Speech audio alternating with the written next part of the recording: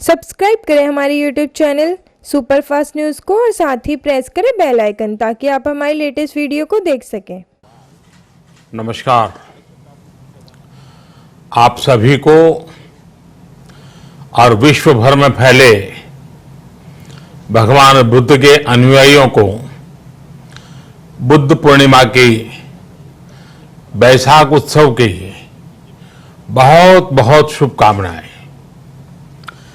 ये मेरा सौभाग्य है कि मुझे पहले भी इस पवित्र दिन पर आपसे मिलने, आप सभी से आशीर्वाद लेने का अवसर मिलता रहा है।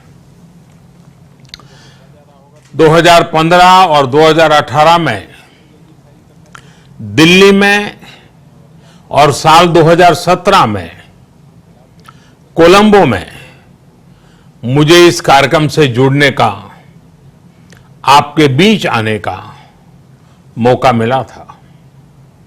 हां, इस बार परिस्थितियां ही कुछ और हैं, इसलिए आमने सामने आकर के आपसे मुलाकात नहीं हो पा रही। साथियों, भगवान बुद्ध का वचन है, मनोपुब्बम गमा धम्मा, मनोसेट्टा मनोमया, यानी धम्म मन से ही होता है, मन ही प्रधान है, सारी प्रवृत्तियों का अगुवा है।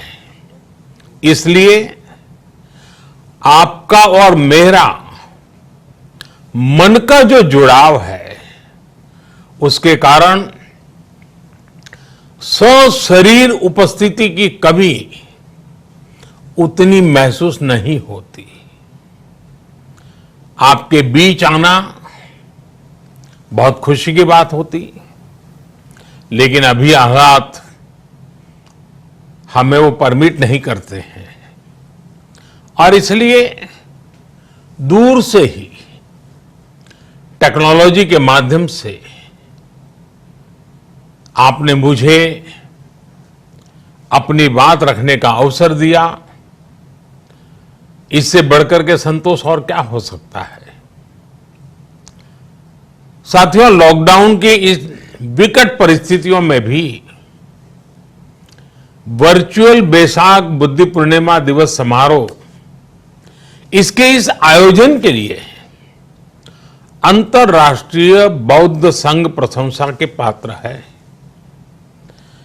आपके इस अभिनव प्रयास के कारण ही इस आयोजन में विश्व भर के लाखों अनुयायी एक दूसरे के साथ जुड़ रहे हैं। लुम्बिनी, बोधगया, सारनाथ और कुशीनगर के अलावा श्रीलंका के श्री अनुराधापुर स्तूप और वासुदेवा मंदिर में हो रहे समारोहों का इस तरह एकीकरण कितनी अद्भुत कल्पना है, कितना सुंदर दृश्य है। हर जगह हो रहे पूजा कार्यक्रमों का ऑनलाइन प्रसारण होना अपने आप में अद्भुत अनुभव है। आपने इस समारोह को कोरोना वैश्विक महामारी से मुकाबला कर रहे पूरी दुनिया के हेल्थ वर्कर्स और दूसरे सेवा कर्मियों के लिए प्रार्थना सप्ताह के रूप में मनाने का संकल्प लिया है। करुणा से भरी आपकी इस पहल के लिए मैं आपकी सराहना करता हूं। मुझे पूरा विश्वास है कि ऐसे ही संगठित प्रयासों से हम मानवता को इस मुश्किल चुनौती से बाहर निकाल पाएंगे। लोगों की परेशानियों को कम कर पाएंगे। साथियों, प्रत्येक जीवन की मुश्किल को दूर करने के संदेश और संकल्प ने भारत की सभ्यता को, संस्कृति को हमेशा दिशा दिखाई है। भगवान बुद्ध ने भारत की संस्कृति और इस महान परंपरा को बहुत समृद्ध किया है। वो अपना दीपक स्वयं बने और अपनी जीवन यात्रा में दूसरों के जीवन को भी प्रकाशित करते रहे। और इसलिए बुद्ध किसी एक परिस्थिति तक सीमित नहीं है, किसी एक प्रसंग तक सीमित नहीं है।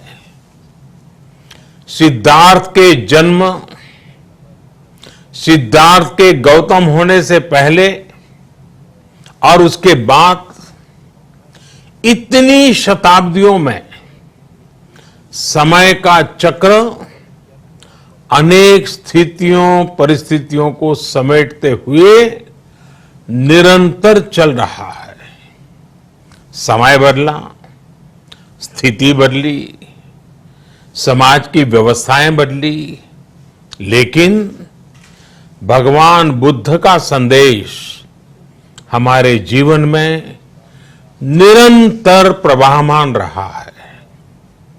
ये सिर्फ इसलिए संभव हो पाया है क्योंकि बुद्ध सिर्फ एक नाम नहीं है, बल्कि एक पवित्र विचार भी है।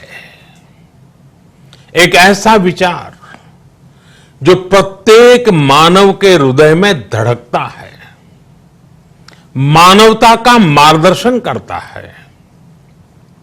बुद्ध त्याग और तपस्या की सीमा है। बुद्ध सेवा और समर्पण का पर्याय है। बुद्ध मजबूत इच्छा शक्ति से सामाजिक परिवर्तन की पराकाष्ठा है। बुद्ध वो है जो स्वयं को तपाकर, स्वयं को खपाकर, खुद को न्योछावर करके पूरी दुनिया में आनंद फैलाने के लिए समर्पित है। और हम सभी का सौभाग्य देखिए, इस समय हम अपने आसपास ऐसे अनेकों लोगों को देख रहे हैं जो दूसरों की सेवा के लिए, किसी मरीज के इलाज के लिए, किसी गरीब को भोजन कराने के लिए, किसी अस्पताल में सफाई के लिए, किसी सड़क पर कानून व्यवस्था बनाए रखने के लिए चौबीसों घंटे काम कर रहे हैं। भारत में, भारत के बाहर ऐसा प्रत्येक व्यक्ति, विश्व के हर कोने में ऐसा प्रत्येक व्यक्ति अभिनंदन का पात्र है, नमन का पात्र है। साथियों, ऐसे समय में जब दुनिया में उथल पुथल है, कई बार दुख, निराशा, हताशा का भाव बहुत ज्यादा दिखता है, तब भगवान बुद्ध की सीख और भी प्रासंगिक हो जाती है। भगवान बुद्ध कहते थे कि मानव को निरंतर ये प्रयास करना चाहिए कि वो कठिन स्थितियों पर विजय प्राप्त करे, उनसे बाहर निकले। थक कर रुक जाना ये विकल्प नहीं हो सकता। आज हम सब भी एक कठिन परिस्थिति से निकलने के लिए निरंतर जुटे हुए हैं। साथ मिलकर काम कर रहे हैं। भगवान बुद्ध के बताए 4 सत्य यानी दया, करुणा, सुख दुख के प्रति समभाव और जो जैसा है उसको उसी रूप में स्वीकारना, ये सत्य निरंतर भारत भूमि की प्रेरणा बने हुए है। आज आप भी देख रहे हैं कि भारत निस्वार्थ भाव से बिना किसी भेद के अपने यहां भी और पूरे विश्व में कहीं भी संकट में घिरे व्यक्ति के साथ पूरी मजबूती से खड़ा है। लाभ हानि, समर्थ असमर्थ से अलग हमारे लिए संकट की ये घड़ी सहायता करने की है। जितना संभव हो मदद का हाथ आगे बढ़ाने की है। यही कारण है कि विश्व के अनेक देशों ने भारत को इस मुश्किल समय में याद किया और भारत ने भी हर जरूरतमंद तक पहुंचने में कोई कसर नहीं छोड़ी है। भारत आज प्रत्येक भारतवासी का जीवन बचाने के लिए हर संभव प्रयास तो कर ही रहा है, अपने वैश्विक दायित्वों का भी उतनी ही गंभीरता से पालन कर रहा है।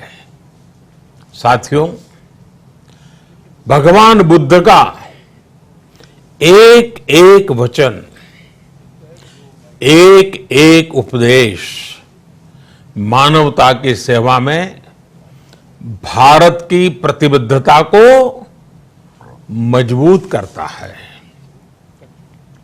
बुद्ध भारत के बोध और भारत के आत्मबोध दोनों का प्रतीक है।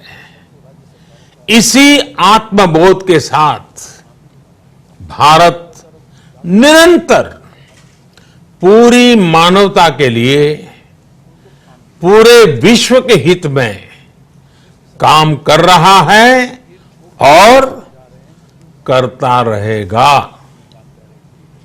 भारत की प्रगति हमेशा विश्व की प्रगति में सहायक होगी। साथियों, हमारी सफलता के पैमाने और लक्ष्य दोनों समय के साथ बदलते रहते हैं, लेकिन जो बात हमें हमेशा ध्यान रखनी है वो ये कि हमारा काम निरंतर सेवा भाव से ही होना चाहिए। जब दूसरे के लिए करुणा हो, संवेदना हो और सेवा का भाव हो, तो ये भावनाएं हमें इतना मजबूत कर देती हैं कि बड़ी से बड़ी चुनौती से आप पार पा सकते हैं। सुप्पबुद्धम पबुज्जन्ति सदा गौतम सावका, यानी जो दिन रात हर समय मानवता की सेवा में जुटे रहते हैं वही बुद्ध के सच्चे अनुयायी हैं। यही भाव हमारे जीवन को प्रकाशमान करता रहे, गतिमान करता रहे। इसी कामना के साथ आप सभी का बहुत बहुत आभार। इस मुश्किल परिस्थिति में आप अपना, अपने परिवार का जिस भी देश में आप हैं, वहां का ध्यान रखें, अपनी रक्षा करें और यथासंभव दूसरों की भी मदद करें। सबका स्वास्थ्य उत्तम रहे, इसी मंगल कामना के साथ मैं मेरी वाणी को विराम देता हूं। धन्यवाद। सर्वमंगलम।